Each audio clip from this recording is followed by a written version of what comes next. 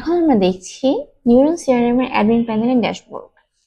আমরা সবার ফার্স্টে ডান পাশেই দেখতে পাচ্ছি কিছু কুইক বাটনস আছে। এখান থেকে আমরা পেয়ে যাচ্ছি সার্চ বাটন। সার্চ বাটনে ক্লিক করে আমরা মডিউল ওয়াইজ যে কোনো কিছুই সার্চ করতে পারবো। আছে স্টিকি নোটস, আমরা এখান থেকে আগের অ্যাড করা স্টিকি নোটস ভিউ করতে পারবো অথবা নতুন করে আমরা স্টিকি নোটস অ্যাড করতে পারবো। এখানে আমরা চাইলে কালার কোড চুজ করে রাখতে পারবো। এর পাশেই রয়েছে টাইমার।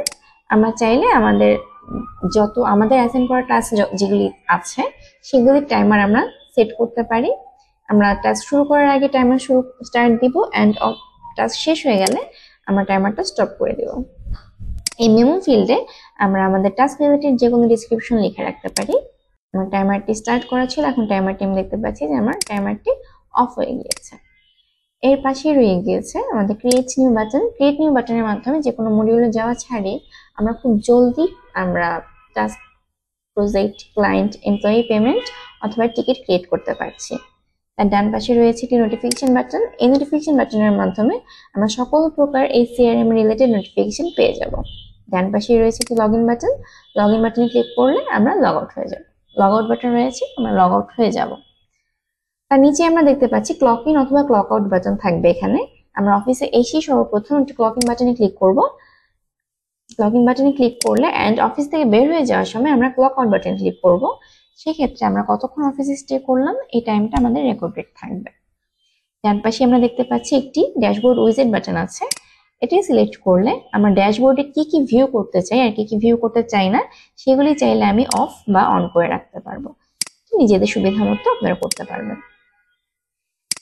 এখন আমরা যদি ড্যাশবোর্ড ওভারভিউয়ে আসি, আমরা এখানে দেখতে পাচ্ছি আমাদের কোম্পানি রিলেটেড সকল ইনফরমেশন দেখতে পাবো। এখানে আমাদের কয়টা প্রজেক্ট আছে রাইট নাও কোম্পানিতে চলছে সেটা আমরা দেখতে পারবো। আমাদের টাস্ক কয়টা, নিজেদের টাস্কগুলি সব দেখতে পাচ্ছি। এখানে মাই টাস্কে আমি আমার টাস্কগুলি দেখতে পারবো। সকল শিফটগুলি, আমাদের শিফটের শিডিউলগুলি আমরা এখান থেকে দেখতে পাচ্ছি। কোনো যদি টিকিট ক্রিয়েট করা থাকে নিজের, সেই টিকিটগুলি আমরা এখান থেকে দেখতে পাচ্ছি। এমপ্লয়ি কোনো বার্থডে থাকলে অ্যাডমিন প্যানেল থেকে দেখতে পাচ্ছে।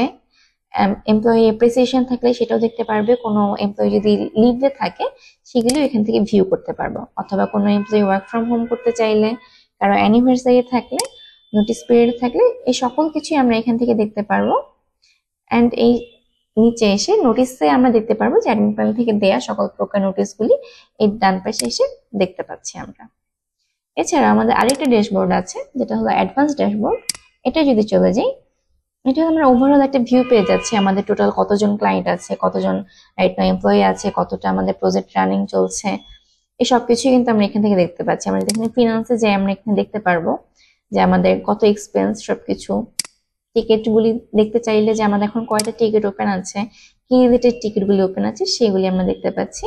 ক্লায়েন্টে যে আমাদের রাইট নাও কতজন ক্লায়েন্ট আছে, এইচআরে গেলে আমরা দেখতে পাচ্ছি যে আমাদের এখন কতজন এমপ্লয়ি আছে, designation wise employee, role wise employee, এই সবকিছু আমরা অ্যাডভান্স ড্যাশবোর্ড থেকেই দেখতে পাচ্ছি।